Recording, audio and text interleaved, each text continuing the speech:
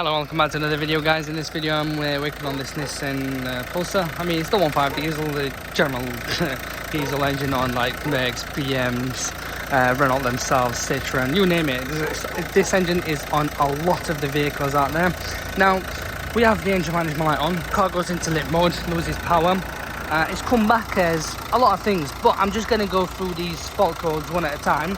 But the one that I'm going to go through now, P01, that one there, P0101 airflow sensor information 1.def. Now, there's a few things that can cause this. Obviously, I can see the DPF and whatnot.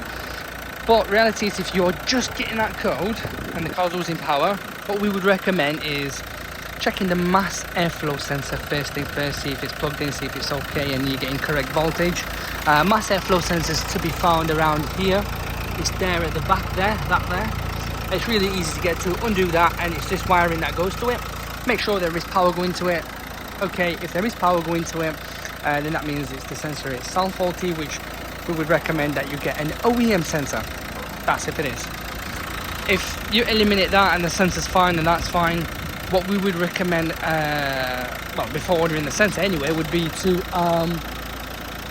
kind of check using a smoke test.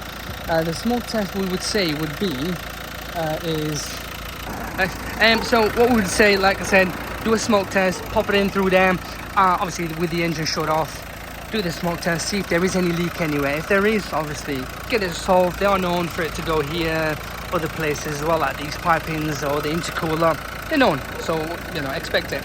If they are, get that sorted, and that'll obviously eliminate all the codes, and you just do a full scan and clear, done and dusted. That's what that code